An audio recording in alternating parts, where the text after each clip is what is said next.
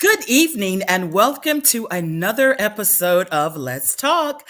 I am Joy Brown, your moderator for the evening. You are in for a treat tonight, so sit back, enjoy, and be sure to post your comments. And don't forget to like, share, and subscribe on any and all social media platforms. Now, let's meet tonight's platform guest.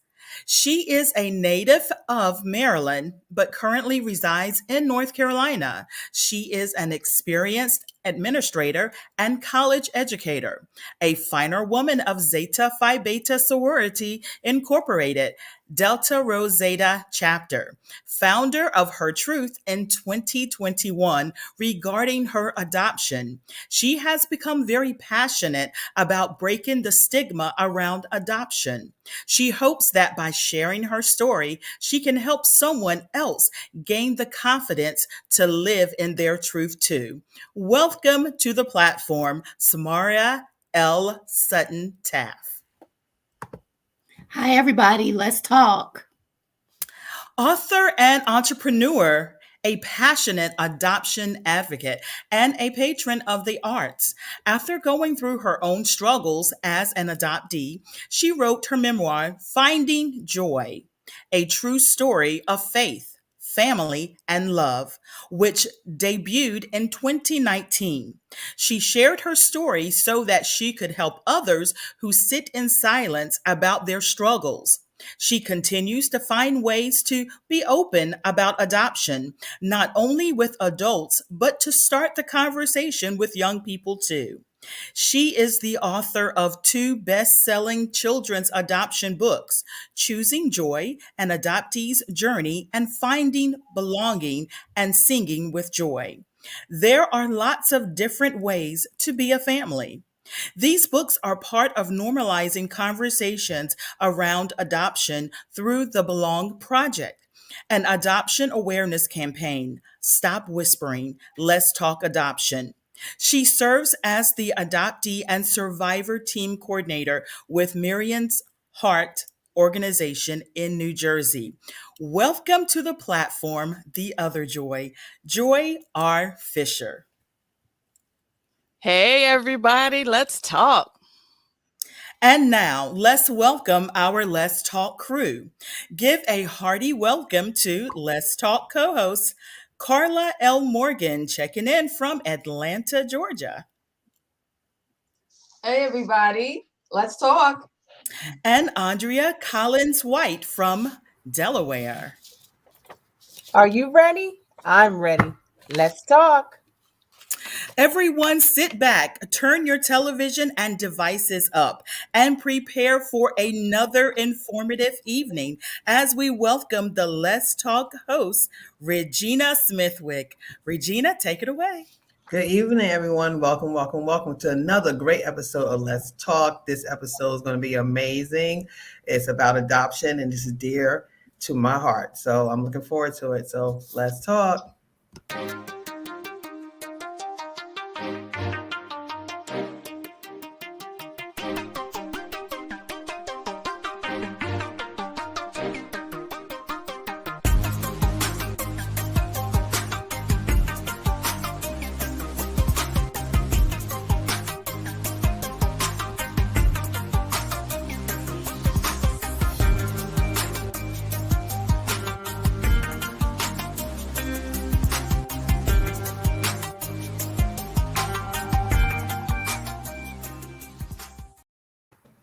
Welcome back. Welcome back to Let's Talk. Before we get started, I would like to start with a prayer. If you don't mind, just give me a second. Bow your heads if you like.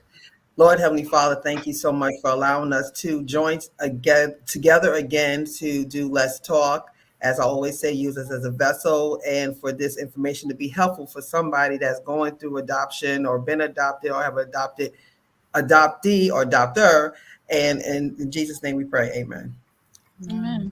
All right. Amen. So before we get started, I have a couple of things I want to tap on. All right, Soror Taft. Now, I didn't know we were going to be announcing chapters now. I'm sorry. That was just my intro, you know. Because I was saying, I'm about to rep. I can rep 2 chapters up here now. But thank you for joining us today. Thank you so much. Like I said, this topic is really, really dear to my heart, and I really wanted to bring two people up here that I admire so much in this adoption. I call them adoption sisters. These are my sisters in adoption, and they have some great stories that we wanted to start telling you. So this is how I want to open this up, because I'm kind of part of the show and I'm the host. So we're going to do it this way. My name is Regina Smithwick. I am adopted. I was adopted 3 days old from Harlem Hospital in New York, New York. Sorry, Shaft, you want to go ahead? My name is Samara Taft. I was adopted at 11 months in Bethesda, Maryland, and I actually just found out this year, 2 months ago. All right. Joy with the I. Hi, I'm Joy Renee. I am an adult adoptee in reunion with my birth parents. I was adopted when I was 2 months old in New Jersey. Oh, wow. It says this story is amazing because it goes, is like I said, it's no cookie cutter story. They all different. Nobody could take the adoption and throw it in one little bucket. It's impossible because everybody's different. Everybody adopted parents are different. Everybody birth parents are different, and the way they handle the situations are totally different. So let's start this way. I'll start with Joy. Tell us about just a little bit, because we're going to get more in depth, but just tell us a little bit about your adoption, like your birth parents and how the whole thing came about. Yeah, I was adopted at 2 months old. I was, and I've always known that I was adopted. I've known that I was adopted since about the age of 4. I know that I knew before kindergarten. I can't pinpoint it exactly, but I knew that it always happened around story time. And we would start talking about my being adopted and that my birth mother at the time wasn't able to care for me, and that God placed me in a new family and was allowing, and I was having the opportunity to grow up with my new family, my new parents. So it was something that was always open, to the extent, again, that I knew since I was very young, but just not something that we talked about often. And actually, I didn't really start talking and sharing my adoption journey until 4 years ago, when the legislation changed in our state that allowed adult adoptees who were born between 1940 and 2015 to gain access to their original birth certificate. In attending a legislative event, I had the opportunity to meet a group called NJ Care, and there was my first conversation in my 40s with people who were adopted, people who were adopted parents, and people who were birth parents. So that was the first time, again, always knowing that I was adopted, but never having really many conversations about it. That was my first experience around adult adoptees who spoke about adoption as if it was just a regular conversation and we're just sitting around a table. From that experience, I realized that I never had that. And they were able to tell their stories. Some were tragic in their endings or in their process of their searches and reunions or things that had gone on. Some were had great happy endings, and some still were questions in the air. But through it all, I realized through them that they were at a healing place to even be able to have the conversation. I sat at the table with them and literally cried with every one of their stories because I just wasn't ready to have those conversations yet. But I knew that in that moment, I had to find out who they were, where they were from, and how I could get into whatever support group they had going on. So that began the journey for me of really touching base with what I knew now were adoption issues, that I wasn't crazy because I felt different when I was growing up. I wasn't quirky or weird. I was adopted, and there were some issues that I had that we just didn't talk about. But being around that group of people let me know that if I hung with them a little bit more, then maybe I could figure this thing out and eventually be able to help somebody else with my story. Yes, we're going to definitely tap into a couple of things you just talked about. All right, Samara, you want to tell us a little bit about your discovery of adoption, you being adopted? Okay, so as I mentioned earlier, I just found out a few months ago that I was actually adopted. My mother passed away last year, so it's been a year. And my sister, in the process of trying to find some legal paperwork to finish that estate, get the estate turned over into our names, she ran across my adoption paperwork. the original paperwork, and she actually gave me a call, and just, wanted me to come over. She actually, gave me the paperwork. She didn't say a word to me. She just gave it to me. And it was very emotional for me and her. Initially I could not actually continue reading the paperwork, but when I pulled myself together, I read it. Actually found out that I had a different name at birth, and that my name was actually changed. So of course, that for me was hard as well, to know that, Samara was not my birth name. But, since then, I've reached out to Maryland Department of Social Services. Of course, I called you, Regina. You were very instrumental in assisting me with my search and reunion services, and completed the ancestry DNA. And that actually led me to my birth aunt, who in turn led me to my birth mother. And so I have been in touch with actually both maternal and paternal sides. My birth mother is still living. However, my birth father is deceased. So I will not be able to meet him. However, he did have, or does still have, several siblings still living that I'm going to be in touch with. I talk with them. We text, talk, and then I also have additional sisters, and I'm no longer the older sister. So that's definitely something for me to work through. Yeah, well, we're gonna talk about that too. So I am Regina. Like I said, I was adopted. I knew about it since 1976, when my parents told me. I'll never forget, because I was watching Soul Train. They stopped me from watching Soul Train. That was the only thing I was worrying about, and I always can remember that, because I was like, really, right now? Because they were doing the little board, and they were doing the spelling. I wanted to read the board. See, y'all, the old school people know what I'm saying. Yeah. The scramble board. Scramble board. So they told me, they said I was loved, and she couldn't take care of me in the way, but they came in and they did the same kind of thing with Joy said. They kind of told you that you were loved all the way around the board, and it never really affected me at that moment. It more affected me when I got outside in the world and I started hearing about how people describe, or they think about adoption. They thought about adoption as you were thrown away. Nobody, your parents didn't want you. You were given away, more than saying you were placed in another family. They don't use place. They use you were given away, like you was a piece of rag or something. So I think you start your life off as being someone that wasn't wanted, even though you have a family, but the world made you feel like you wasn't wanted.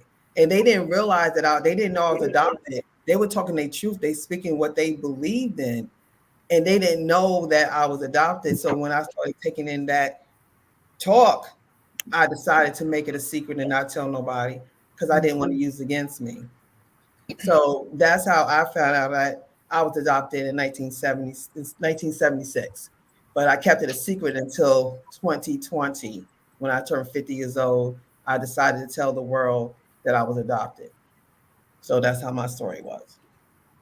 So as you see, the title of the show is No Longer a Secret. And if you could notice in everybody's little story, there was some kind of secrecy involved in adoption.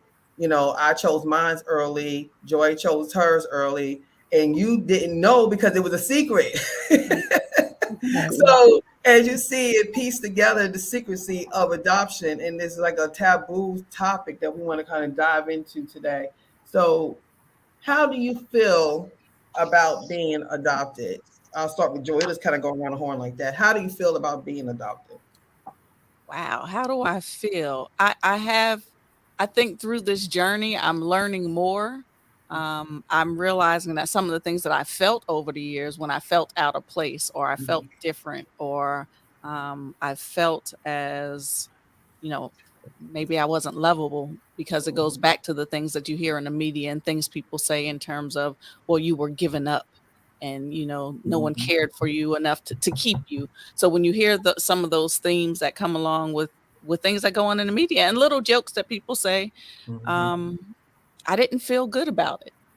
So it was something, again, that I knew but just didn't talk about. It was easier just to keep living life, and then different things would make it trigger. So I think I don't know. It's really hard to figure out how I felt about it. How I feel about it now is that I think it's something that I know I have to deal with and that I have to come to grips with. And through counseling and support groups and talking with other adoptees, adopted parents, and birth parents, I'm learning a lot about the journey that makes me feel like there is some things that can be normal about all this if all of us really let's talk and then start talking about adoption. Yeah, and that's the thing you said was it's hard to really pinpoint how you feel, but yet you feeling things. Mm-hmm. If that makes sense, it's Yeah. hard to describe to some people. When you are put in a position that you have no control over, okay, we have no control over being adopted. We had no decision in this. We were birthed into this situation, and we have to deal with the cards were dealt with us. You know what I'm saying? And then when you're in a world that doesn't accept it overall, they feel it, you know, and mostly I'm about to get on my soapbox, y'all. So mostly it's about people who are insecure themselves, period. Okay.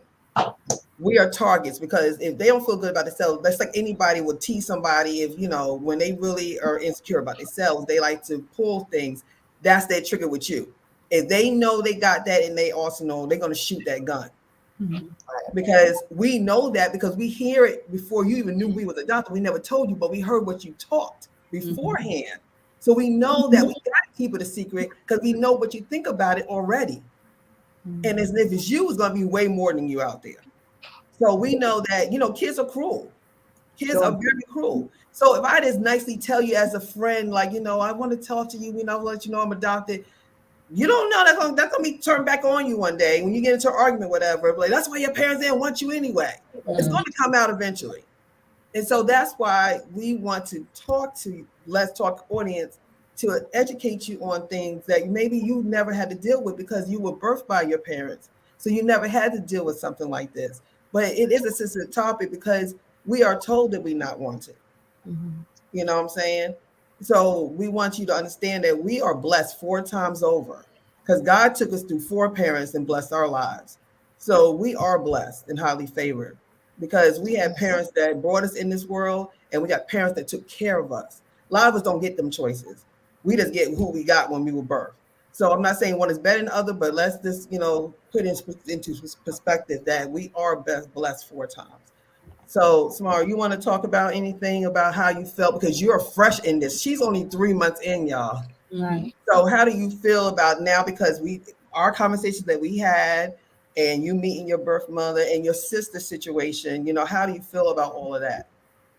So for me, like you said, it is still fresh. I'm still going through a range of emotions, and more specifically because, you know, my parents that raised me aren't here to, you know, answer any questions that, you know, my sister and I actually have regarding, you know, my adoption. So, you know, that's just kind of the unknown. I'm happy, you know, to have found, you know, my birth families, to be able to establish that relationship with them. I'm torn between my sister that I grew up with, and I have biological sisters as well. I'm kind of torn, you know, because I'm that fixer. I'm that type of person that, you know, I have to make sure everything's right for everybody. If it's not right, I'm the one that pretty much disregards my own self-care to make sure that everybody else is you know, good. So for me, you know, it's definitely a range of emotions for me that, you know, through counseling, talking to other adoptees, I'm working through, you know, those issues. You know, not good, you know, not bad. It's just something that I personally have to deal with because I grew up all my life thinking that my parents, you know, were my biological parents. And to find out that they were not, it just kind of was disheartening.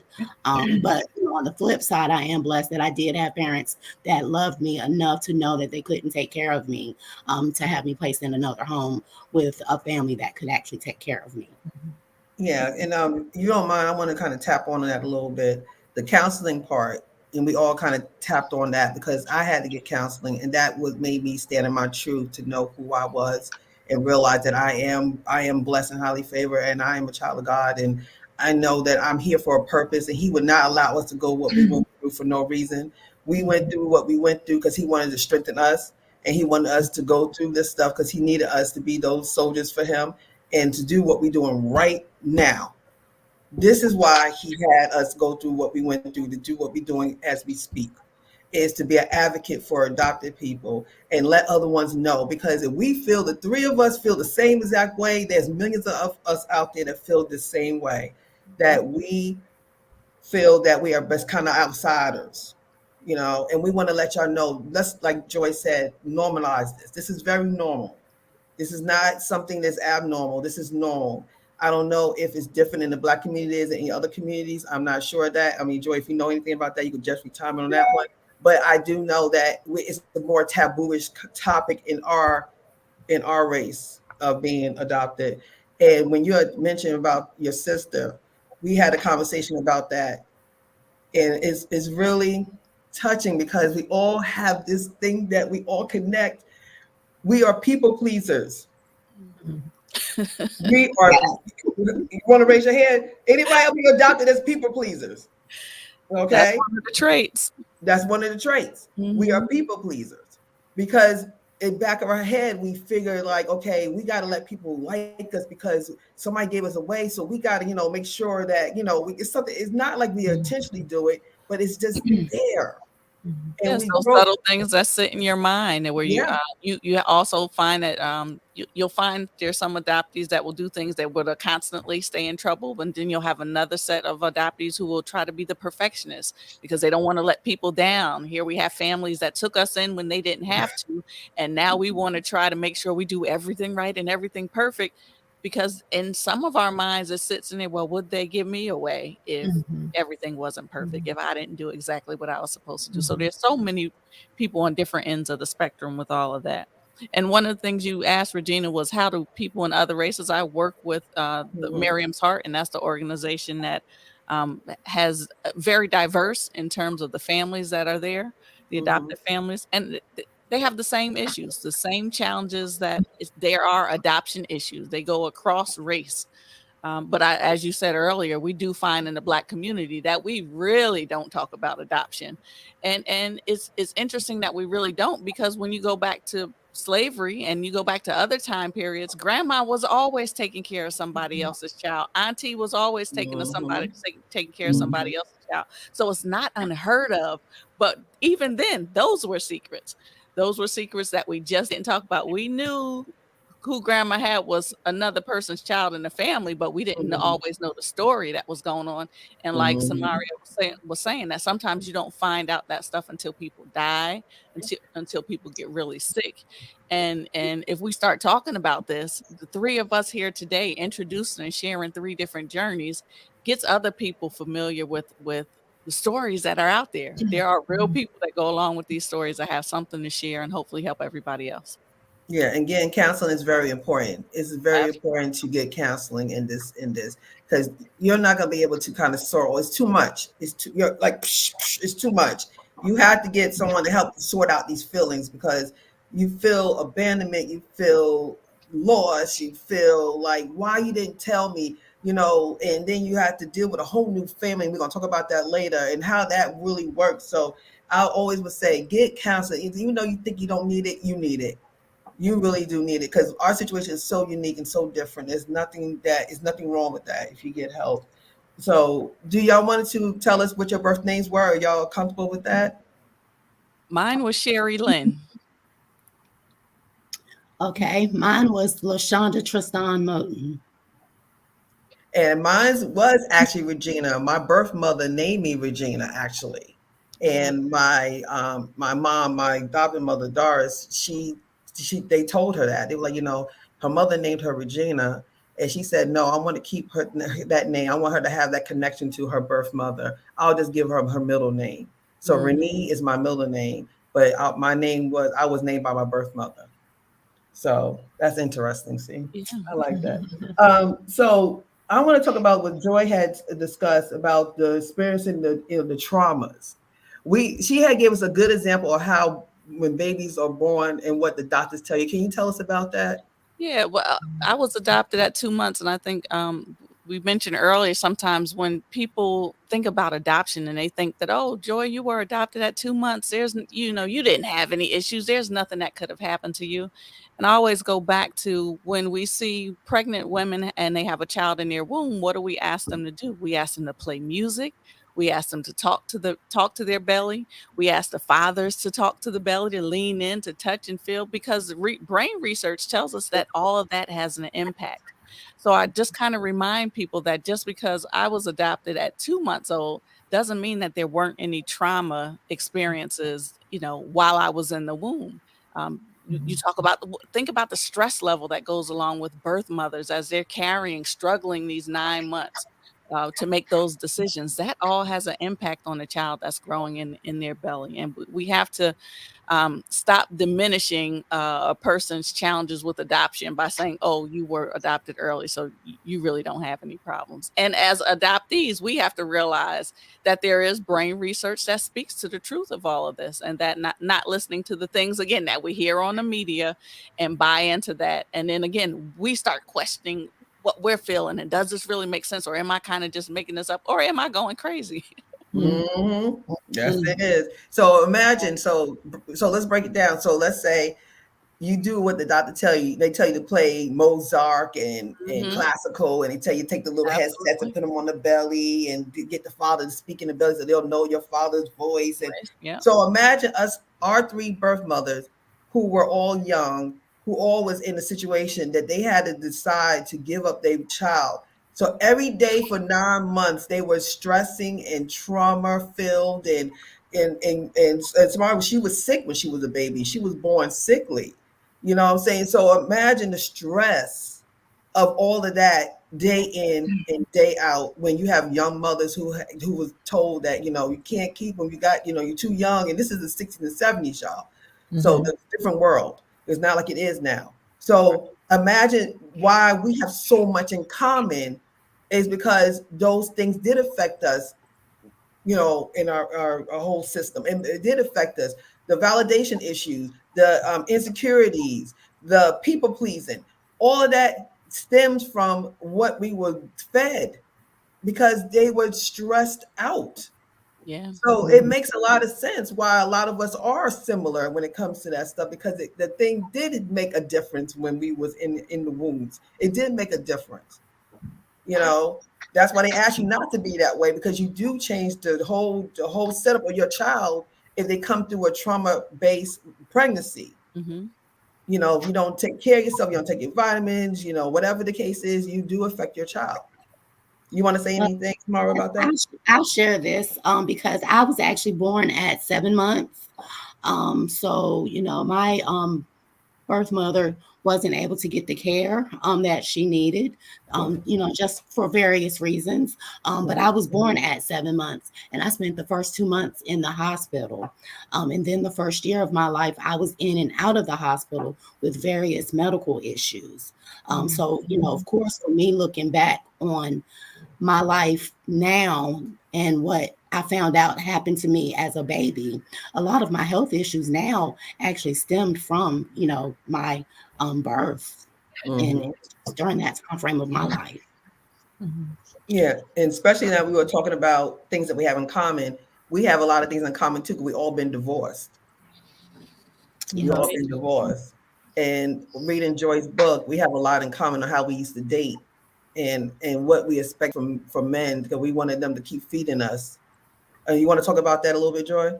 Yeah, I think growing up, although I never verbally said it, I always thought it, which it was not a good thing either, that if your mother didn't love you and keep you, then who else is going to love you and keep you?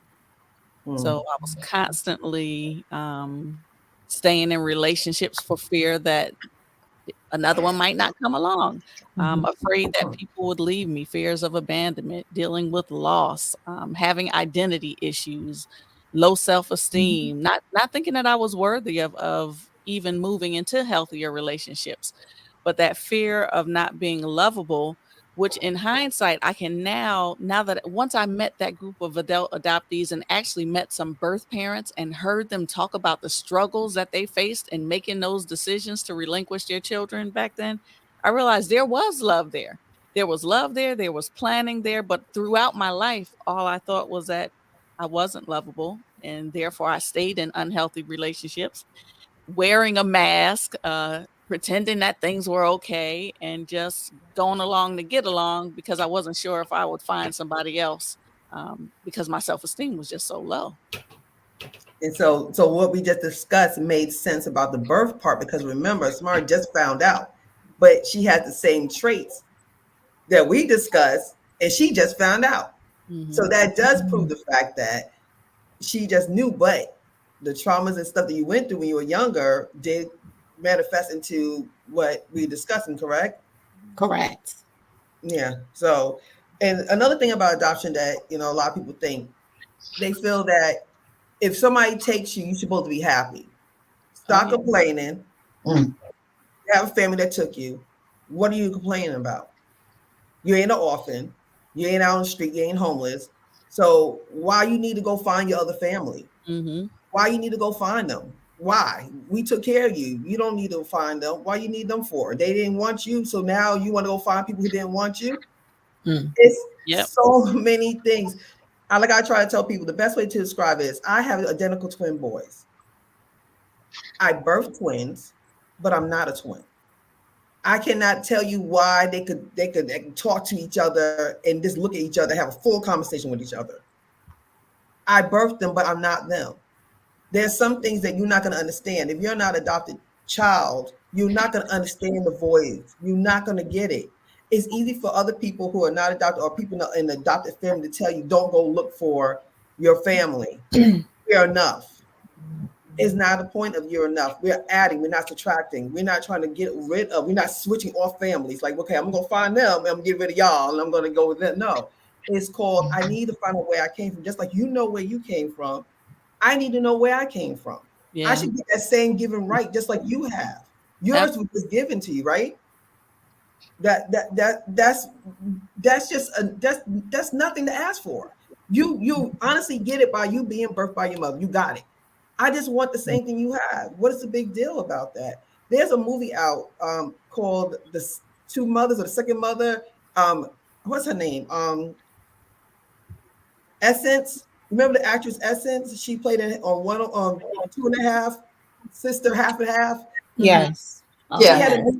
She has a movie with Lynn. Y'all tell me what her name is. Lynn Whitfield. Yes, Lynn Whitfield is the mother, and Jasmine. Whitley. Jasmine Guy. She's the other mother. She's the adopted mother, and Lynn is the birth mother. And it was a movie about that. And she had a sister. The same scenario is Samara have a sister, and the sister got mad at her because she wanted to go find her birth mother, and she got mad at her about it. But she just like, why? What's the big deal? And the mother did not want her to go find it. So this is really real, y'all. This is a real thing. They had a movie about it and everything. So one of the things, if I can jump in, one of the things that I found when I was beginning my search was that people would say, well, weren't your adopted parents enough? Or can't you just forget that you were adopted? And I always connect it back to when we have single parents raising children, we don't tell them just forget your other parent. Right. So why would folks think, and when I say it, people laugh because it's like, we don't say that. We tell them, you want them to get to know the other side of their family, even if it's not the parent. Sometimes you want them to get to know their relatives because we believe that that's important. So wouldn't the same be true for adopted children, for adopted young adults, for adopted youth, that they also have the same opportunity to get to know their parents? And the other thing, Regina, you touched it right on the head. It's not a subtraction problem. It is an addition problem. And I always mention, I'm a mother. I have 3 girls. And people question, well, how are you going to deal with your birth parents and your adopted parents? I said, you don't question that when you ask me about, do I love my children? You know that I love them and I love all of them. So there's not going to be anything different when I have adopted parents and birth parents. They're all my parents. And just respect that, just the same way you do as you know that I'm a mother of 3 children. Good point. My crew, y'all want to say anything? Oh my goodness. So go ahead. I've been jotting down over here. I have been. It's been so much. First of all, I want to really applaud the 3 of you, for standing up and just really sharing your story. Yes. And just listening to you doesn't sound like it's the easiest thing to do. But I'm really grateful that you're sharing on our platform tonight. It's amazing. Um, I did make a point, and you talked about it, about how adoption is not talked about. People, like you said, Gina, I think the word you used was taboo, right? It's really taboo, and people don't talk about it. But then you touched on it a little bit and discussed it. So this is a question. I'm not sure if you're going to get into it a little later. Okay. I just want to bring it out, but it's not really a question I have right now. But I just put mixed race adoptions, like your thoughts on that. But I do have a question as far as advocacy groups. Like, are there? I hear you all saying, talking about counseling for the adopted, but I'm listening, and it sounds like there should be some types of supports in place for the adopters, Absolutely.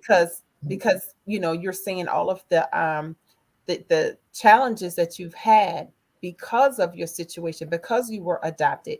And I'm in my head, I'm thinking, okay, and then here's this individual who has welcomed you into their home and welcomed you into their lives, and now they're having to raise you with these challenges that you're having. So I'm just wondering if there are any types of advocacy out there for the not just the adopted, but the ones who are actually doing the adoptions, and any types of supports for them, any mandatory counseling that one has to go through before they actually adopt a child. Because I mean, this is, and Samara, you were saying that your mom never told you about it.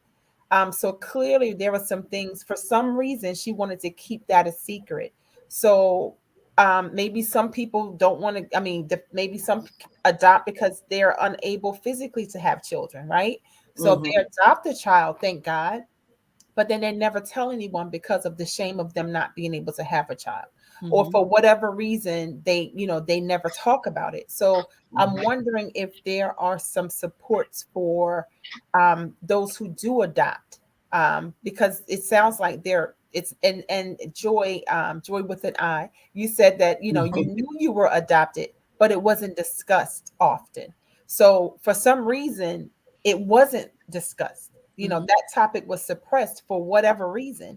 So I'm wondering what's in place to help those who do adopt to get through the whole process, and situations that are going on within them. Yeah, there's a lot of things that are out there that are available now for adopted parents that were not, and even birth parents that weren't available when our parents, and our birth parents were pregnant with us. There's advocacy groups, there's national and regional adoption councils, adoption groups.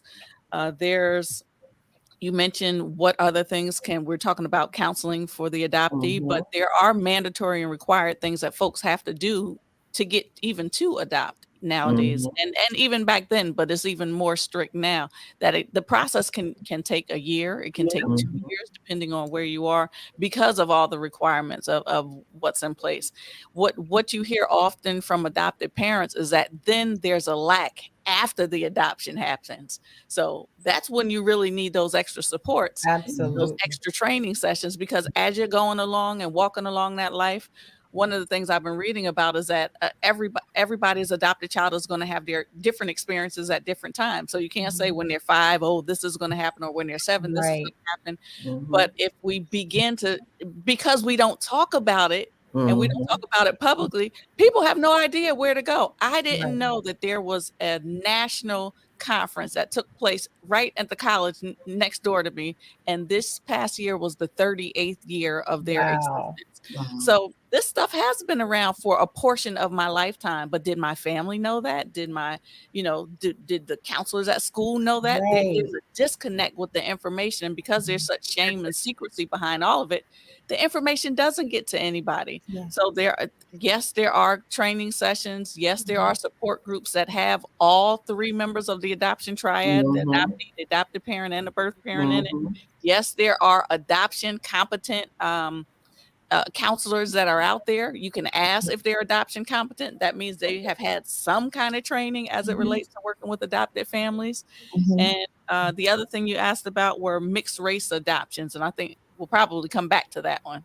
Yeah, we'll come back to that definitely. But everything you said is true. I actually, in this journey, the last year and some change now, I've been approached by different groups, and one that was called The Table, and they located in Fort Worth, Texas, and they actually have a group for the birth mothers, Mm-hmm. and they meet once a month, and they meet and they go out and socialize, but they talk about things, and they still go through it after the transition, after the transaction is done.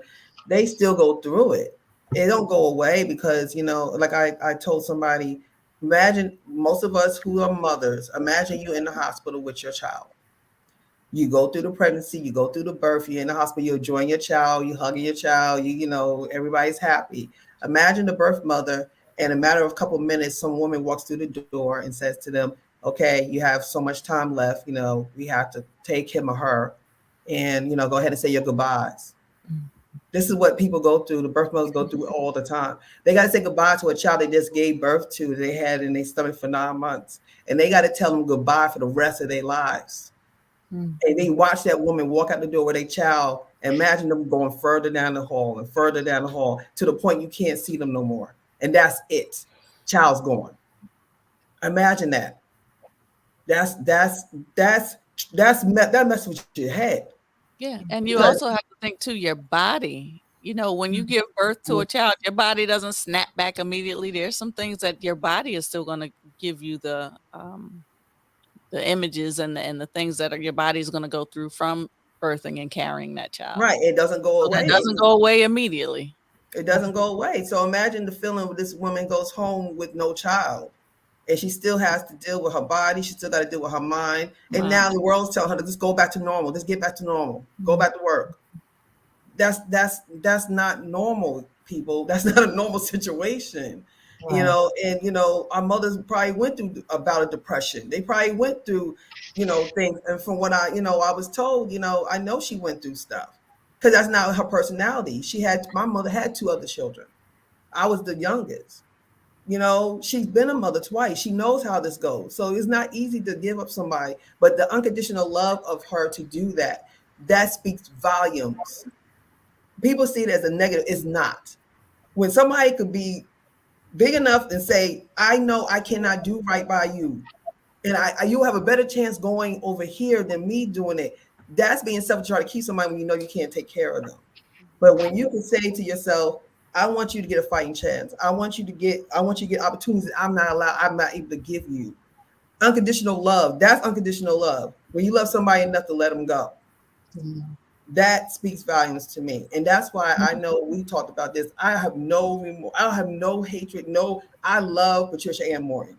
I love Patricia Ann Morton because the opportunities I got with the Smithwicks and Nobles, I would never, ever had with them. And they know that. My sister told me this. My sister told me, if she said, I hate that I was not raised with you, but the opportunities, and I see the way you were raised, she said, I would give that up any day for you to get the opportunity that you received. I'm happy that I got you now, but I would never want to rob you from them opportunities that you got being raised with them. That's love. See what I'm saying? So it's very complicated because you got to deal with a lot of emotions and a lot of things. Being adopted is not cookie cutter and not easy.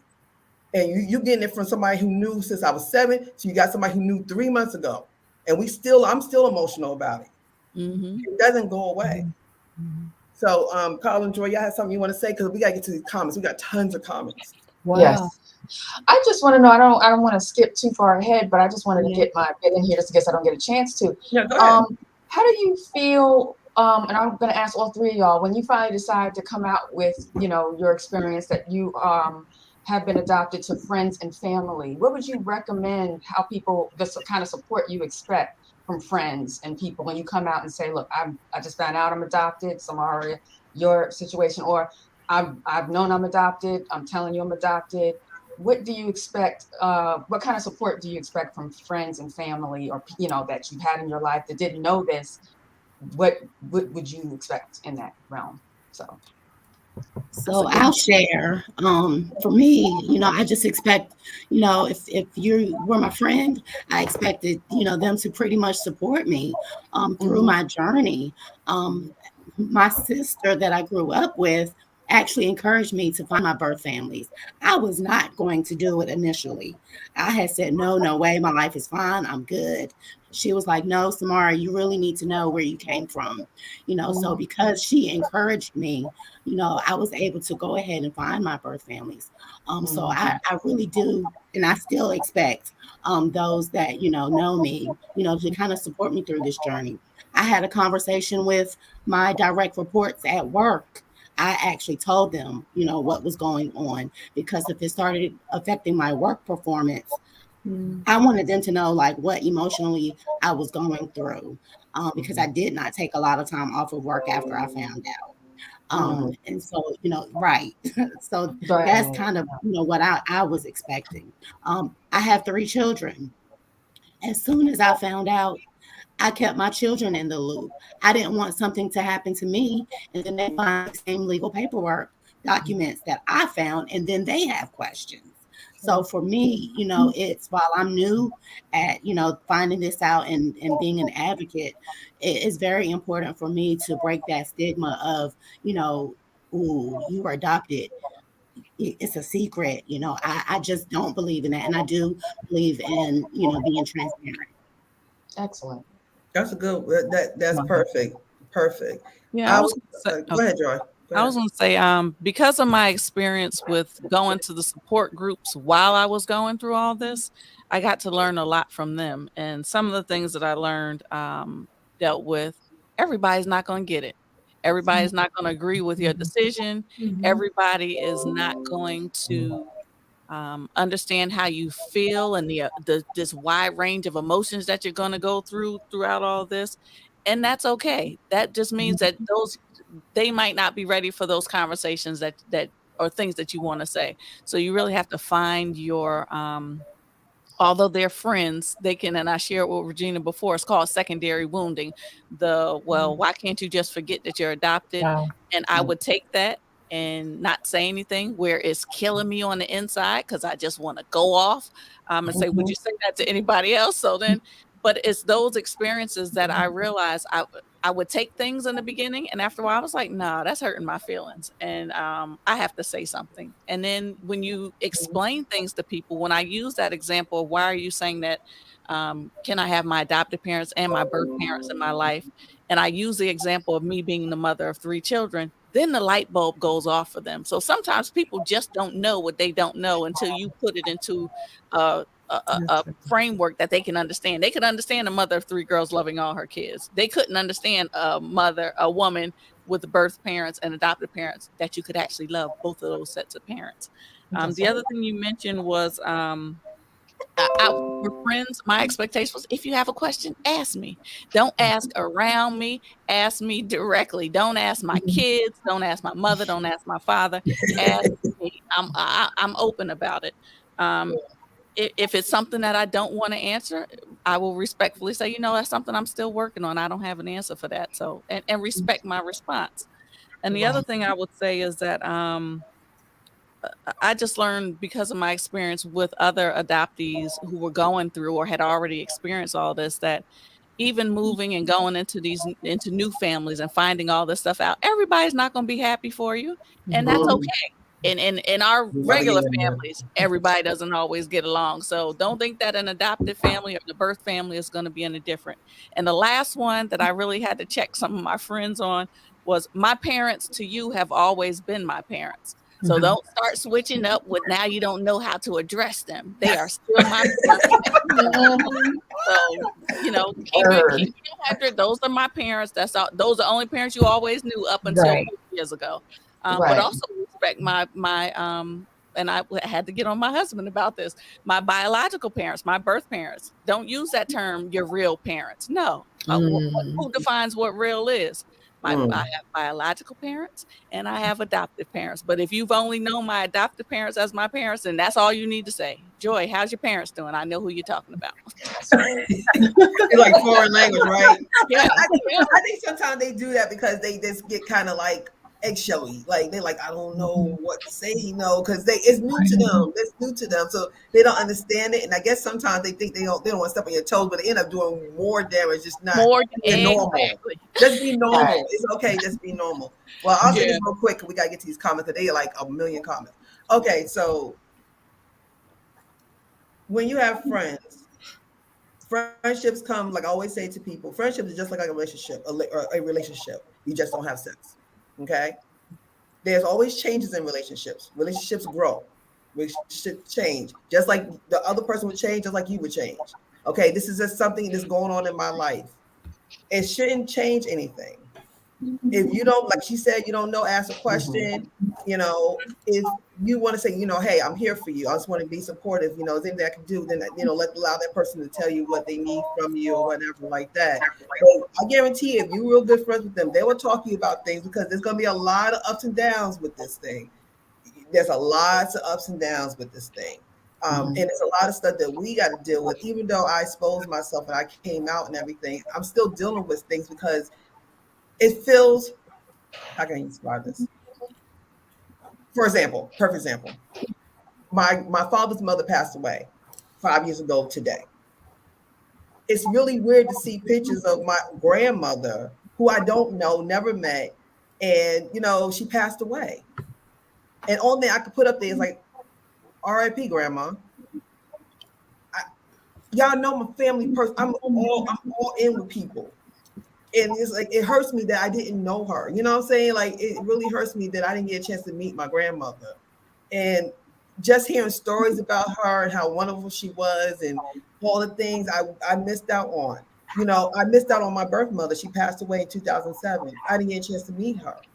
So I had to go by people's stories about her. And they say I look like her. I sound like her. It's great. I'm glad they said I got her. Like, I have her, like I'm her. They said I'm reincarnated, and they got their grandmother back. They got their mother back because I'm like my mother. It's great to hear that stuff, but I would love to hear her. I asked them, like, do y'all have any videos of her? Anything I can hear her voice? I want to hear that voice. I want to. So it's a lot. It really is a lot. Like, I understand God's purpose and God's ways and divine order. It wasn't meant to happen that way, and I accept it. But it would just be nice to hear her voice, and just have some kind of connection with her on that level. Yeah. So it's difficult, but if a friend could understand, you're not going to get all the answers. You're not going to be able to help them all the way because you don't understand it, because they don't understand it. They're learning as well. So just be like you would do with anything else. Just say, if you need me, if you want to cry, whatever, I'm here for you. That's all.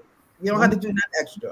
Right. That's my answer. Carla, please get these comments. I don't know if you're going to be able to get through all these. It's a lot. Okay. We got Hey Tasha TV. She said, # that's my mom. Hey, so, represent. That's right. That's your mama. Yep.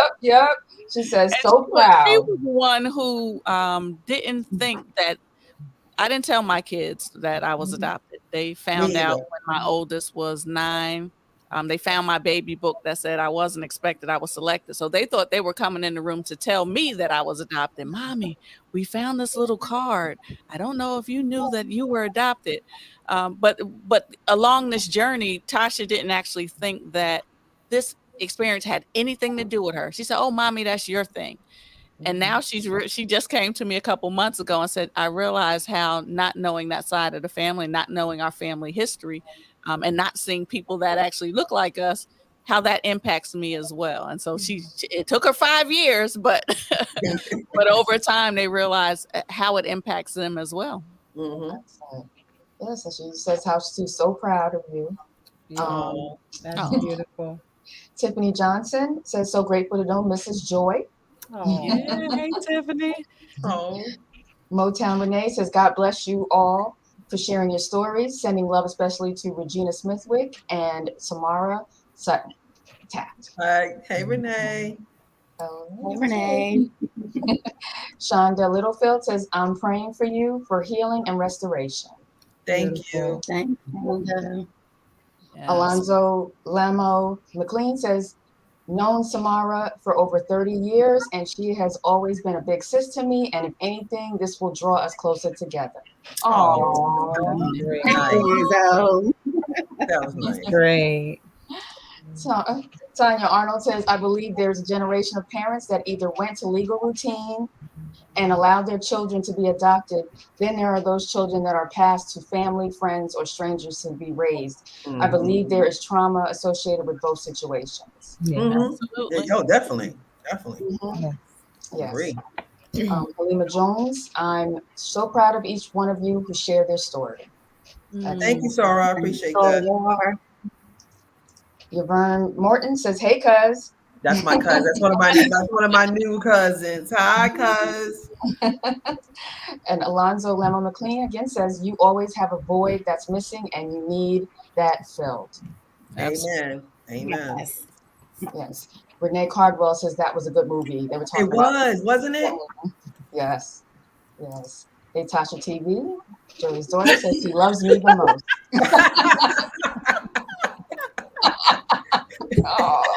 Oh, little sibling rivalry there. I know, right?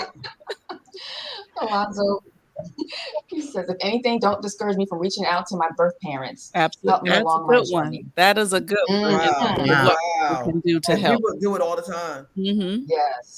Yes. Donna Kazant says, I think the portrayal of adoption on TV and in movies has a lot to do with how we grew up viewing adoption. There is always a secret somewhere. Yes. And I think This Is Us was the TV show that is starting to change the scenarios we're seeing about adoption.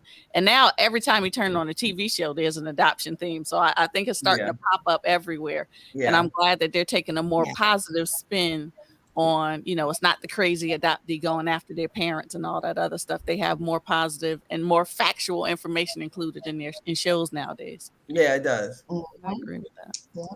Aurora Hill says, people pleaser and perfectionist. Wow, what a revelation. Thank you, Joy, for sharing your life.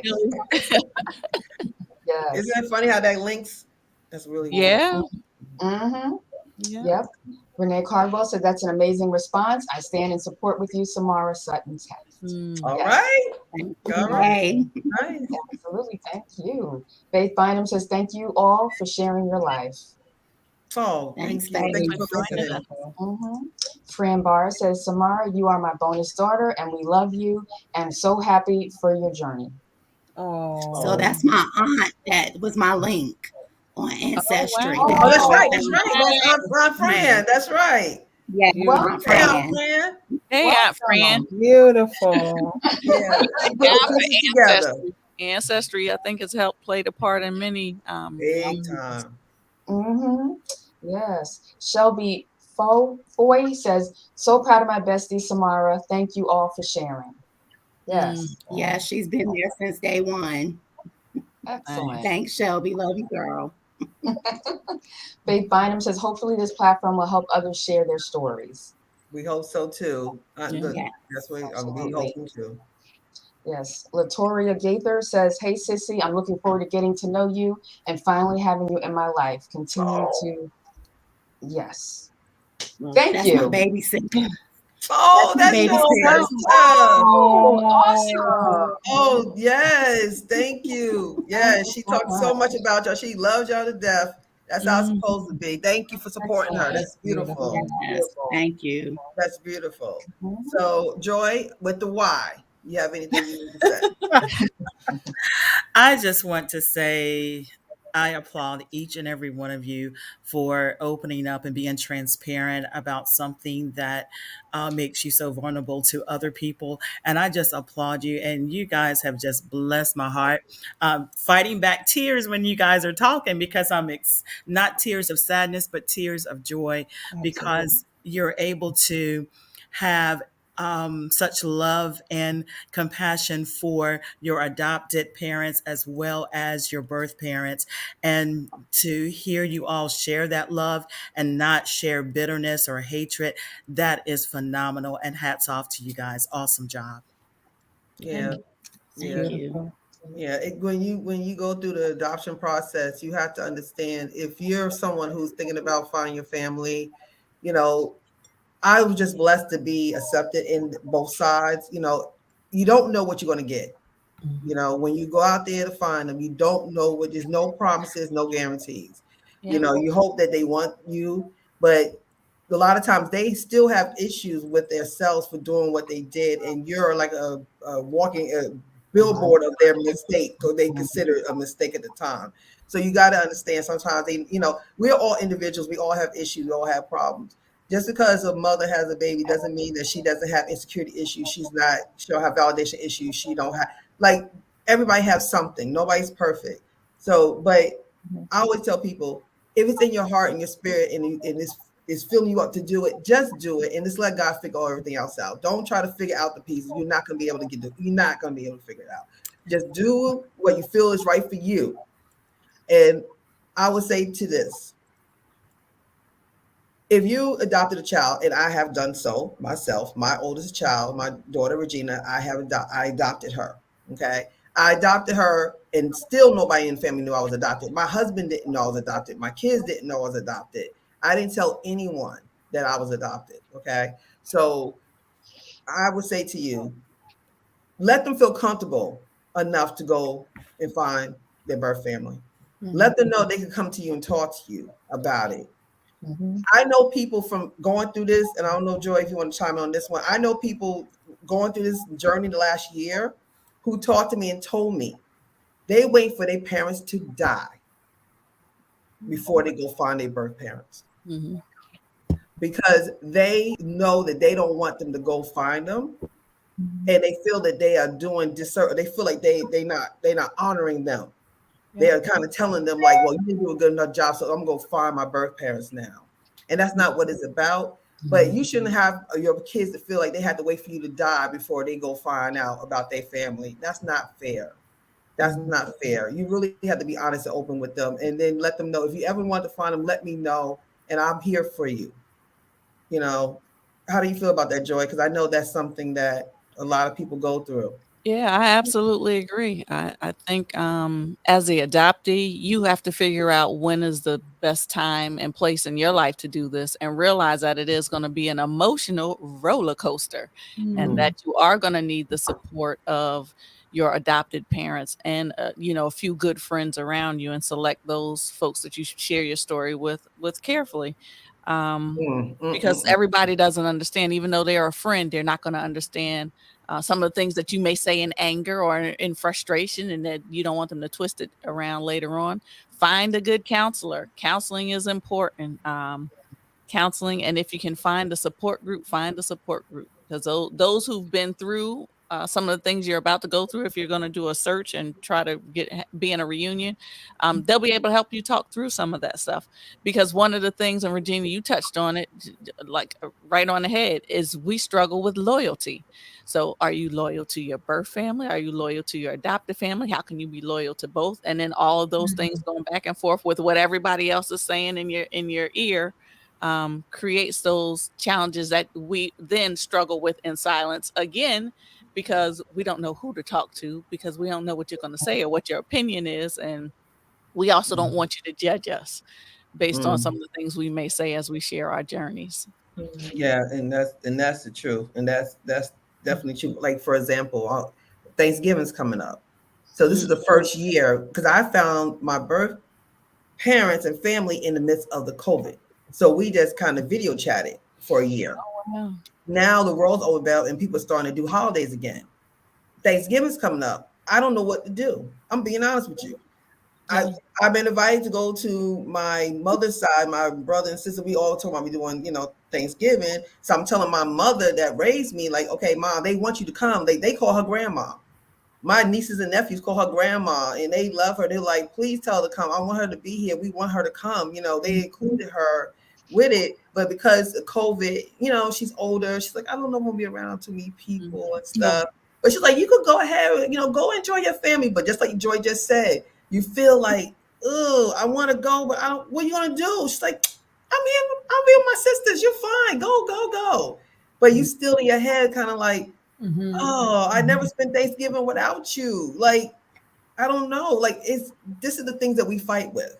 And those are common themes that come up in our support group before every holiday. Who do you now spend it with? You did all the searching to find these families, but then now you have to make time for it.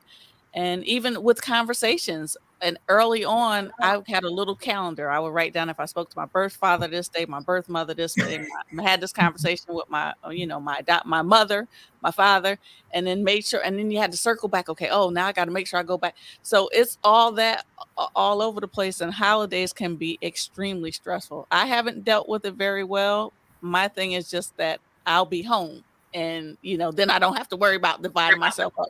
But my adoptive father always says, that's not a good plan. You have to start making sure that you go out and divvy up yourself. And then you get married on top of that. And all the parts of the family are close and close-knit. It's a struggle. It is a struggle. This is my first struggle. So it's kind of like, I'm working through this now. Because like you said, you feel like you letting somebody down if you make a decision. Right. But let me see what else we have to talk about. God, this is so good. Hold on. Okay, so this is something. So, Tamar, who do you look like? So I look like my mom, but my birth mom, but I really look like her sister, my aunt. But growing up, I thought I looked like my, adopted dad. Yeah. So, yeah. I look like a mixture of both. I look more like my mother from this down. Every single one of us has dimples. Every single one of us has dimples. All of us. The smile and everything is them. This up is my father. This is my father, the linkiness, like the linky fingers and long feet. But I have my mother's legs. I have pictures of her, and I have her legs all day. And I have the body shape. Cause me and my sister are shaped the same. We like pegs. We small on the bottom, and we got broad shoulders, and we wider on top. I'm shaped. My mother was shaped like that. She had broad shoulders but narrow legs. So I have a mixture of both of them. When I'm with the father side, I look like I look like my sister on my father's side. But when I get with them, I look like my brother or my sister on their side. So I kind of blend on both ends. Yeah. But I can see both sides of me all day. And I think I have like my mother from what I was told. Joy. Yeah, I think I have that same experience. I think if I'm with my father's people, I look like him. I have their stature. When I first met my aunt, his youngest sister, we were doing a show, and I had on a short dress, and she said, "Those are our legs. I knew that was you. I knew you were ours when I saw those legs." And then my aunt went on his side as well. When I heard her voice, I'm like, okay, that's where my raspy voice comes from. So those things that I worried about as a kid, my legs were long and skinny, my voice was raspy like an old lady. And I realized it made sense in that family. It just didn't make sense in the family that I was being raised in. And then as I look at my smile, my nose, and my face structure, I see my birth mother. So I'm not sure. I'm still trying to figure that out. Yeah, but everybody said that I look like my dad who raised me, Smitty. Yeah. They were like, you look like Smitty because we got the big old smiles, we got all the teeth. So they were like, you look like your daddy. And I said, y'all, when somebody feeds you long enough, you start looking like them. Because, people always try to put that match together because most people are born into their families. So they automatically try to figure you out. And there were some people who asked me, like, well, who you look like? Because I'm tall. My mother's 5'2", my father's 5'8", and I'm 5'10". So, and a lot of the men in my family, I'm taller than them too. They're not that tall. Cause my granddad was only like 5'5", 5'6". So a lot of my family, I'm taller than most of them.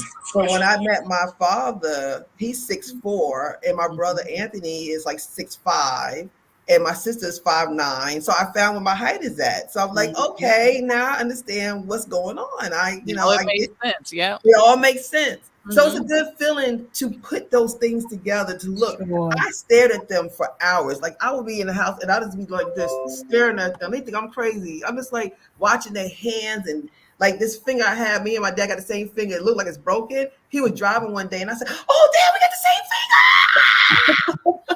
What's wrong with you? He was like, "What is wrong with this child?" And I was like, "Oh my gosh!" I always thought I broke this finger when I was younger. My mother kept asking, "Did you break your finger? What happened?" I was like, "I don't know. It didn't hurt or nothing."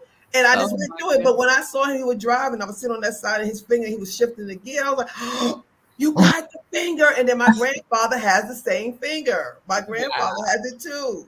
I'm like, yes, I feel complete. I feel Mhm. complete. So it's like Because then it makes sense. It makes it sense to you makes when you get to do sense. that. Yeah. Little things Whereas in your it body felt make different sense. from everybody else in your adopted family. Nobody else had, a finger like that, or Yeah. not a lot of people had in my family had a big forehead. They all had nice little small forehead. So when I saw my birth mother and birth father, I'm like, okay, now I see I the forehead. Things that people take for granted.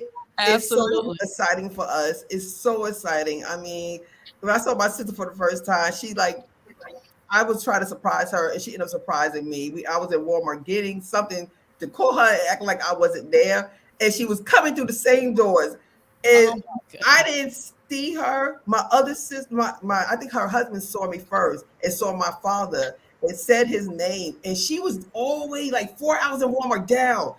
She started screaming. She threw her phone. She threw her key. She started charging at me, and I was like, and I saw her coming. I was like, that's my sister. She looked just like me. My sister. I mean, it was just amazing. You know, she would have seemed like hugging me, and she was like, I can't let you go. I can't let you go. It's a great feeling. You know, those reunions are really, really like, we're going to talk real quick about the reunions because both of y'all have good reunion stories. But to meet them in person was just so amazing. I was so nervous. My stomach was like, oh, I was just, whew, 50 years. And then you just, hello, I'm your dad. Hello, I'm your sister. Hello, I'm your brother. I'm like, oh my, and I'm an only child. I don't have this. I never had any of this. So being the only child and now knowing I have sisters and brothers, I have 6 of them. And I have a father that's still alive and aunts and uncles that I talk to now. So it's just been amazing. Small, you want to talk about your recent reunion you just had less than a month ago with your birth mom? Yes. So my sister, my sissy that I grew up with, traveled with me back to Maryland. Of course, I'm here in North Carolina, but we traveled back to Maryland. And when I physically saw, my birth mom, my mom, it was just like so natural. Like I literally have known her all of my life. Like there has not been any time that passed, and just that initial hug that I received was so loving and just so welcoming. And it was like, oh, I can't believe I can put my hands around you. It was just so awesome. And I've only met, my birth mom and that side. And I'm in the process of getting, on my birth dad's side, getting that scheduled to meet my siblings and my aunts and uncles over there as well. Yeah, Joy, yours is amazing.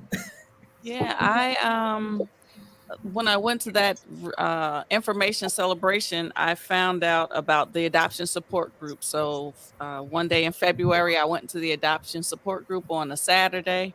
And on a Sunday, I was expecting to meet my birth mother in church. My birth mother was an associate pastor, and she wanted to give her testimony. She wanted to give her testimony before her church about what life was like before I came into her life. So she's giving her testimony. She would not talk to me on the telephone prior to that. She didn't want to hear my voice. I later found out. I didn't know. She only wanted the message. And she gave her testimony, introduced the congregation to me, and introduced herself to me during Black History Month. African drums playing, shut the church down. It was crying and hooping and hollering. She introduced the congregation and the church to my adopted parents. Thanked them for just loving on me over all these years. And it was in that moment that I realized I always looked in Essence magazine and Jet for my birth mother because I thought she was tall. Found out she was 5'6", just like my adopted mother, and they stood like bookends, and they kind of looked like twins. They look So just like that you. I had an opportunity to meet her. She was the one that had also given me my birth father's name. And a month later, I met my birth father at my adopted father's house. We love game night, so we did a family game night. And he's walking one way down the hall. I'm coming around the corner. We meet at the middle again, expecting him possibly to be short. I'm looking down and I have to look up, and there I realize where I get my height from. So I met him at my adopted father's house during the family game night. Wow. Yeah, I mean, just imagine you in church and it just looked like a Tyler Perry movie. Like he was Absolutely. It's on camera too. like Tyler Perry movie, and then she started doing her thing, and she's like, "Everybody meet Joy," and she was coming down. Yeah, and during her testimony, she spoke of how she was wishing and hoping for joy at different times in her life, and she just kept saying joy, joy. They didn't have a clue what she was talking about, but they're thinking that joy in terms of happiness and finding peace and things of that nature. And then when she says, "And now I'm going to introduce you to my daughter," it was like you could hear crickets. But just prior to her testimony, she did sing. And it was in that moment that my adoptive father leaned in and said, "That's where you get your voice from." So it was just many aha moments. Like you said, made for television moments. That were a blessing. That one definitely was. Carla, you want to get some of these comments? And then we'll get ready to wrap up. Okay. Let's see. We go back to Lawrence Jones. Says, "If only Maddie Nobles could see you now." That's Pumpkin. My cousin Pumpkin. Maddie Nobles is my grandmother. That Doris, my mother, raised me. My grandmother. Yes, thank you, Pumpkin. I appreciate that. Fran Barr says, in such a short period of time, you and my nieces, nephews, and my bonus daughter Kiva are a gift. Oh, thanks, Aunt Fran. Lawrence Jones again says, "I'm so proud of you, Regina." Oh, thank you. I love my cousin. I love my Pumpkin. Thank you. Glowmont says, "Thanks to this wonderful panel. It's been very enlightening and will help me in this journey as I meet my niece Samara and my bonus niece Kiva. This helps me understand that more work needs to be done in this journey by me too.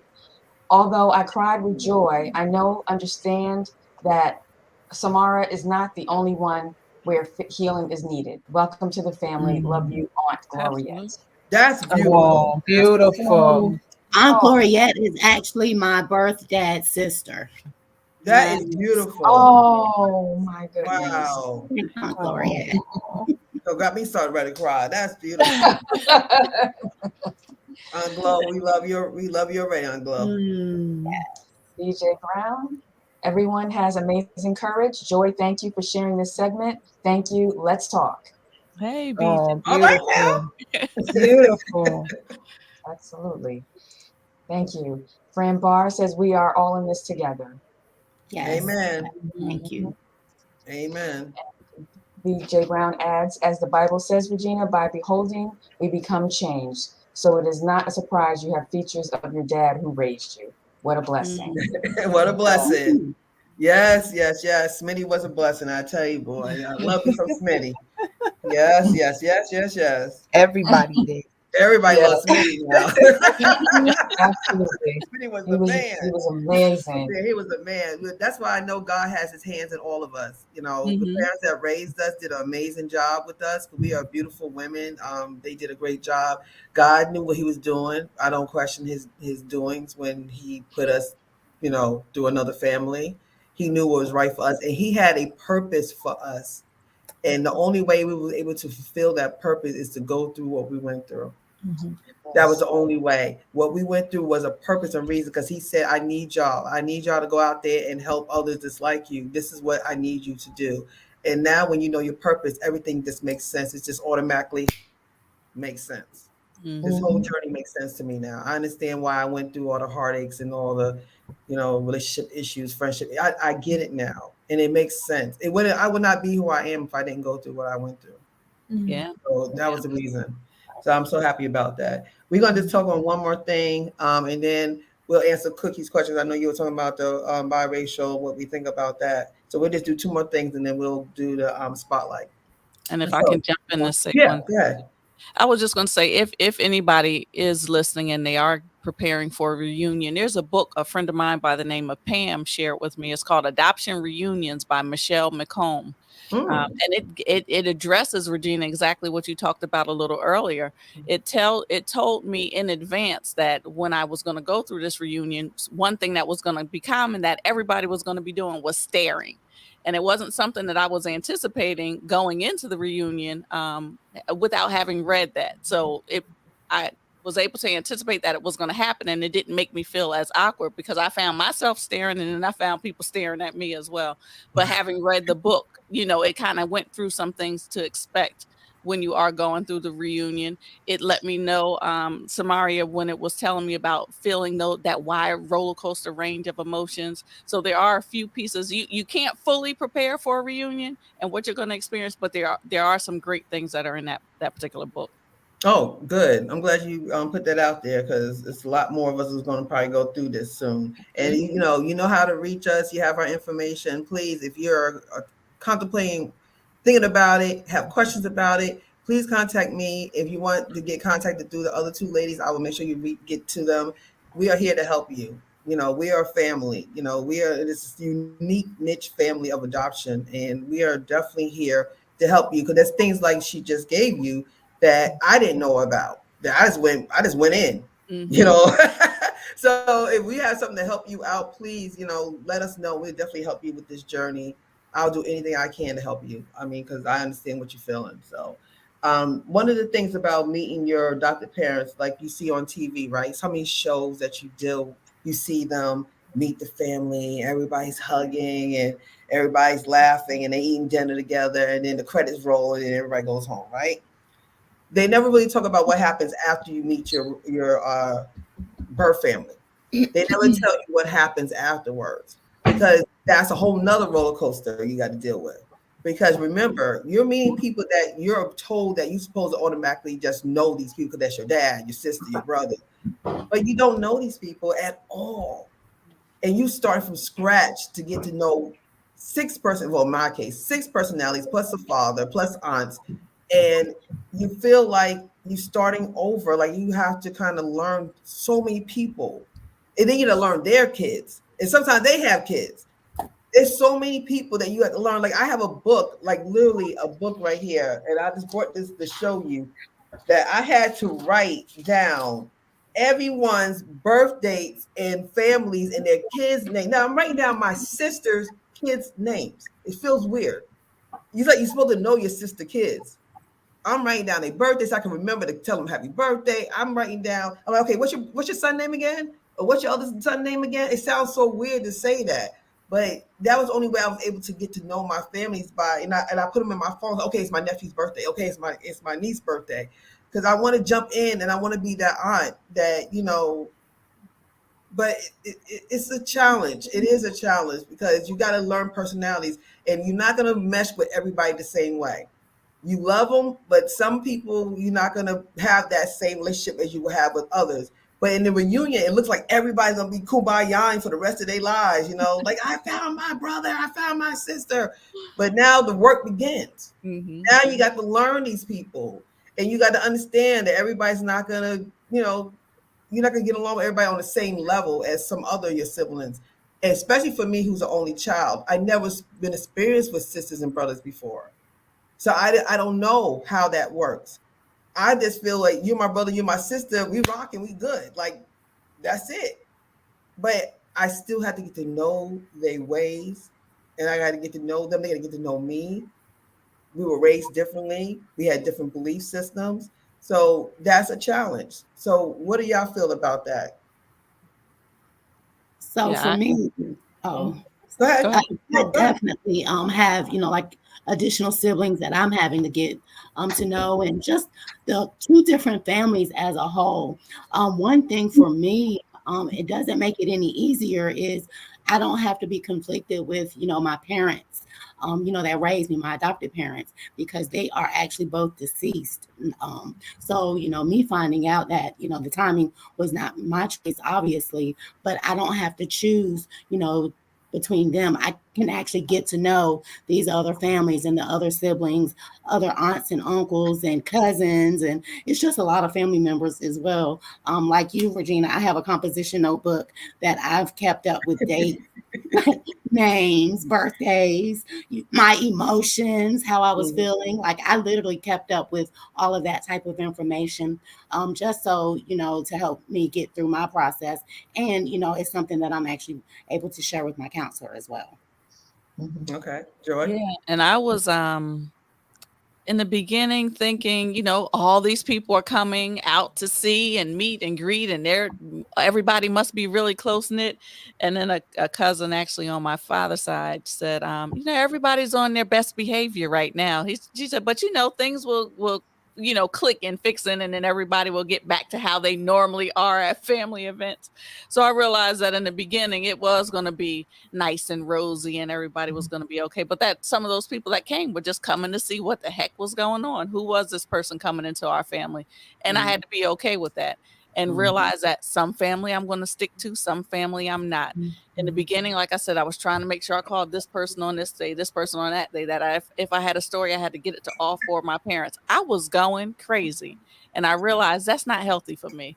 And I'm still trying to figure this out, because now it's like, if I see you or talk to you, then those things will come up. If I don't, I'm not going to be pressed about a lot of that stuff. And I do have a half brother who I know that I'm not going to have a relationship with. And I've already grieved the loss of that relationship, because I've always wanted a sibling. And that's just not going to happen because of things that are going on in his life. And I just realized I just have to be okay with that and give myself grace and do what I can with the people who are willing to be in my life and in the lives of my children as well. Yeah, dealing with the blended family, dealing with the new family, and the blend, the holidays, the visiting each other and stuff. I have been blessed, though, that I have been accepted in my family. I've been blessed with that. It's just that, like you said, I came in on COVID, so I didn't get a chance to really. Now I'm getting to go visit them and get to know them a little better. So now I'm starting to learn my family more and more. Like my dad, he calls me every single day. I text and call. He hits me on Instagram. He hits me on Facebook. He emails me. He texts me. He'll video chat with me. He does all this in one day, y'all. This man knows his social media. It's so funny because you were raised with a dad who didn't know none of that stuff, and then I have a dad now that's the thing too, because you have, like, I had to sit back one time and I had to tell him I was sorry. I said, I'm sorry, because I'm used to a dad being a certain way. Everyone is different. You know what I'm saying? He's not Smitty. He's Nathaniel. He's not Smitty. And I had to understand that, like, I'm not going to get the same dad. A dad is not just one dad. Every dad is different. They have different ways of handling situations and all that stuff. And we'll have these long talks, and he'll be like, oh, okay, I didn't really think of it that way. I didn't, like, we have like different conversations that I never had with my dad. Never got that deep with my dad before. And now with my dad now, I can get into deep conversation. We talk about relationships. We talk about, being with people and how this works and why you should. So I enjoy that I have that kind of relationship with him that I didn't have with my other dad. But then there's other things that, vice versa.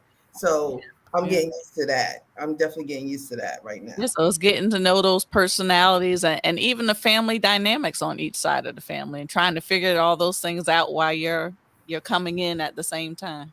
Yeah, it's a big puzzle. You're just trying to figure everything out. So Carla, we'll go ahead and get the last. Okay, forward, Cookie. I'm sorry. Cookie had a question about the biracial adoptions, especially like This Is Us. It's a perfect example. This Is Us is a perfect example of that. How do y'all feel about? Do y'all have any kind of feelings about that at all? Feelings in particular, I work with a number of, and they're called transracial adoptions, when you have a family of one race adopt a child of another race. My thing is, and what I share with them often is, if you are willing to learn the culture of the child that you are bringing into your family, and you are willing to make yourself uncomfortable by going into that culture, it can work, and it could be a successful adoption where the child feels loved and welcome, but also has some connection to their culture. But if you're particular situation, a white family was adopting a young Black girl in a predominantly white neighborhood, that might not be the best thing. You may need to think about relocating into an area and or finding that child activities where they're going to be around other people of color, so that they can have those experiences and get to know things. I would never want to see a child sitting in a foster home because we're saying that they shouldn't be able to adopt a cross-racial race across races, whatever's best for that particular child. But you do have to take some responsibility in terms of bringing a child of another race into your home. And what are you going to commit to doing to ensure that they have some connection to their identity? A lot of kids that you hear talk about their being a transracial adoptee, they find struggles once they get around to middle school. They have struggles once they get around to high school and go off to college. And the other piece that they have that we did not have, because we were raised by people of the same race, it wasn't an immediate where anybody knew. Versus if you're in a family of another race, you can't. That's not a secret. Right. And then how are you going to deal with it? You can't skate away from it and not deal with it. How are you going to deal with it? And how are you going to make that child feel comfortable in that space when other people who have their little microaggressions and want to say things that are inappropriate in the presence of that child? How are you going to balance all that stuff? You have to be ready for that. I think that you answered that perfectly. Like you said, you don't want to have no child not to have a family. If it's another race that want to adopt this child, then that's a great thing that somebody loves the child enough to look past that color to adopt them. But like you said, it comes with responsibility. Right. You can't just adopt them and say, okay, just blend on in with us, and then we love you enough so you don't have to worry about anything. We're going to protect you. This world, like you said, if you use that example of a Caucasian family with a Black child, especially a Black male child, we've been seeing recently a lot of Caucasian families who's been standing up for the cause, because they didn't realize how bad it was out there until their child got pulled over by the police. They didn't realize how bad it was till their child got harassed, and then now they getting it because they didn't have to be exposed to it before. They didn't have it wasn't in their life, but now they have a child. They're like, I love this person I love. You're not going to do this to my child like any of us would do. We will do that for our children. And now it's like a double layer. They got to deal with this normal stuff, and now they got to deal with racial stuff on top of the normal stuff. Right. So it's a big responsibility. And if they got it, kudos to them. I love them for it. I'm glad that they're going to overcome and look over everything because they got the love for this child. I give them kudos, and they need to get all the support they need, because a lot of people will not take that on. Right. Because it's a lot for them, because they got to deal with their friends and family too. Right. And you have to consider that when you're making that decision too. How is your family going to treat this child that's coming into your house? And the last thing we want to hear people say is, we don't see color. The world sees color. So how are you going to prepare that child to be in the world in which we live? So I do agree with that. Yeah. So they have to understand what they get into. And that's the counseling part they need to get before. They got to get double counseling as well. The regular counseling for adoption, and they need to get racial counseling to understand what they're getting themselves into. Because you can't, this is not a toy. You can't bring her back. When you adopt it, that's a wrap. So you need to know what you're getting into, because she's going to ask you questions. She's going to feel like, okay, who's going to do my hair? No, my hair's looking crazy every day. Why my hair looking like this? You going to get somebody to come braid it, or what's going to happen? Like those simple things that they think is no big deal is a big deal to us. Hair is a big deal to us. So it comes with a lot. It definitely does. All right, Carla, go ahead and get these questions. I got to do the business spot. Like, we've been on too long. Okay. All right. Roy Morton says, Samara, can't wait to see you and give you a big hug from me and for my brother, Terry. Oh, that's my uncle.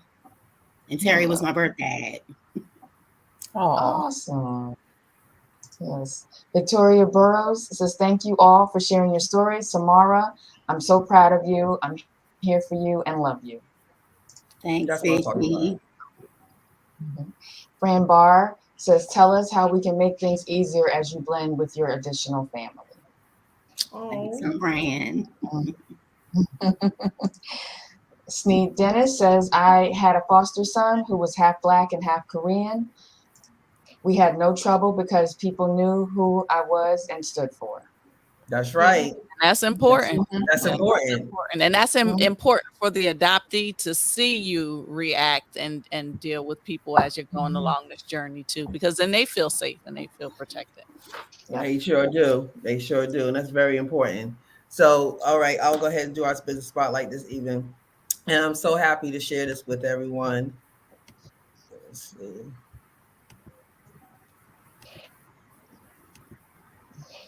All right, so it's a podcast. This is my longtime friend. We've been friends since high school, Donna Poisson, and she has a beautiful podcast called Cousin Chat. And she talks about so many topics. She's actually an educator. She's a teacher, a school teacher, and she is a Delta as well, ladies, for All Joy right. and Andrea. All right, Sora. So, but she's beautiful, and she actually asked me several times. We have really a good team together, and I have done her podcast probably 4 or 5 times already. And this is the latest one that we had talked about communications, and it was really, really good. She does a great job interviewing, and she makes you feel so comfortable. So check her out. She's on all the platforms for podcasts, Anchor, Apple, Google, Breaker, all the pods. So it's called Cuz in Chat Podcast. If you look it under there, you'll be able to find her. Please tune in. She always releases on Fridays. So Friday she always have new episodes. And let's check her out. They're about 20 minutes long. Very nice. Very good chat. So Awesome. Nice. yeah, so that is nice. Before we finish off, we got to do our mug giveaway. And I'm going to make it easy because last week I did say something that I hope some of y'all caught on to. And it was the answer for this week's mug giveaway. And as you see, we all have our little mugs today. So the mug giveaway question is, and just guess, because you may get it. So just guess, how many episodes have we done so far for Let's Talk? How many episodes have we done so far for Let's Talk? I advise you to try any number. The closest one before we end will get the mug. So how many episodes have we done of Let's Talk?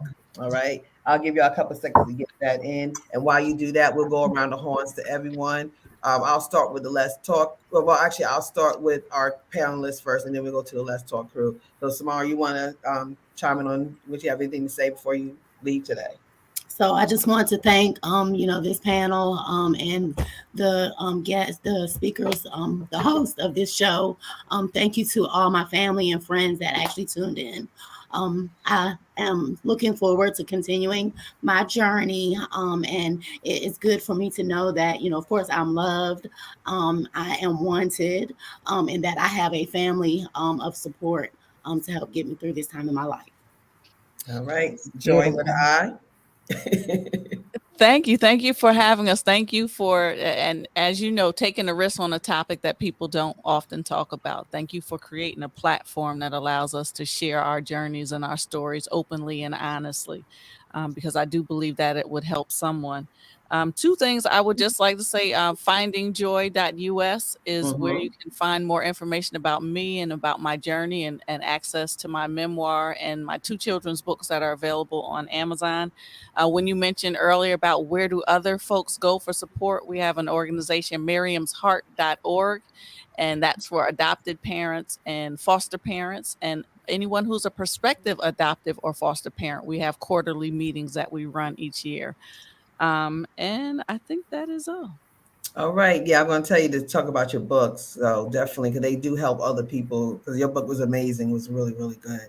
And thank you for that copy. And I would say, too, I have a book, if you don't know, it's called Adoption, the Unknown Blessing.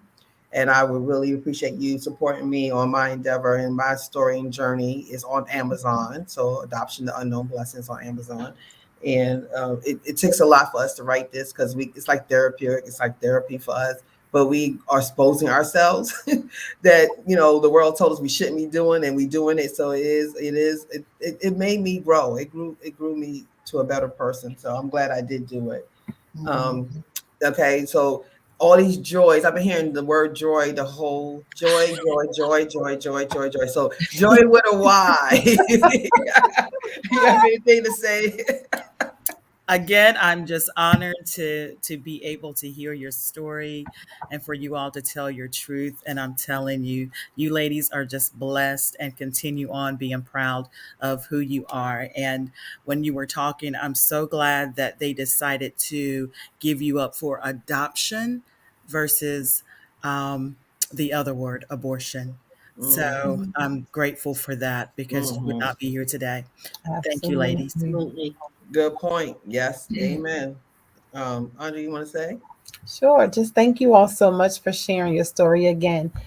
This has been very enlightening for me, and I applaud you all for sharing. And everyone who watches our show knows that I'm going to add a scripture somewhere in the Mhm. broadcast. And there is a scripture in Psalms, the New International Version. I think it's Psalm 6. I think Psalm 68.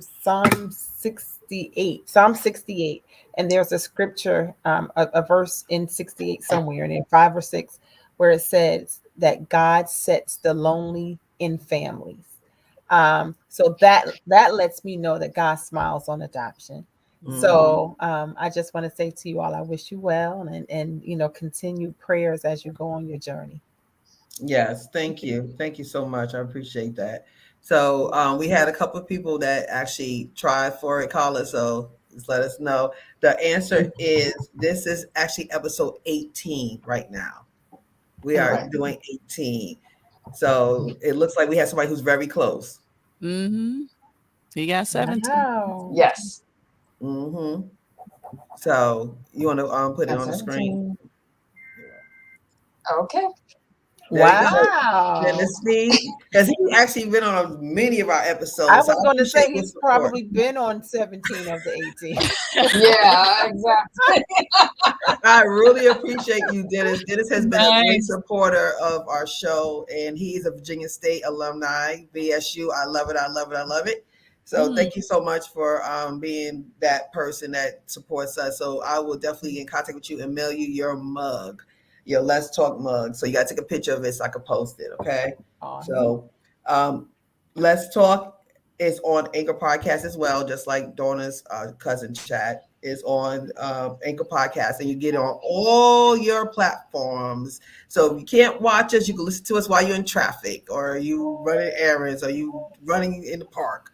Plug it in, and you can listen to these shows, so you won't miss out on this great information that we do give out, and we get our little experts and our people that know about these topics. So thank you so much for that. One of the last things is our next show topic. This is going to be, it's called singleness. Singleness. And I have two ladies that, oh my gosh, they are so amazing on how they went through their journey being single, and now they happily married, and what they did in this process. It's a great story, and it kind of gives you hope and faith, the ones that us that are single out here. And it kind of tells us that, God didn't forget us. We'll be all right. So this is gonna be a great episode. So I will definitely tell you to tune in. If you're single, man or woman, this is gonna be a great show. Even if you're married, it's a great show just to hear about what's going on with a single folk. So come on and join us. And that's on October 31st at 7 p.m. It's called Singleness. And let's see, I think that's all I have. And as I said, this show's been a longer show today, but it's been a great show. And I didn't want to cut it off because it was a lot of good information. And then the ladies, thank you for sharing your truths and your stories, because I know how it is. So thank you so much for doing that. And if everybody have clear minds, like they say, you got clear minds and hearts. And, next time, please invite a friend. Let's talk again. So God bless and good night. We love you. Thank you so much. Have a good evening.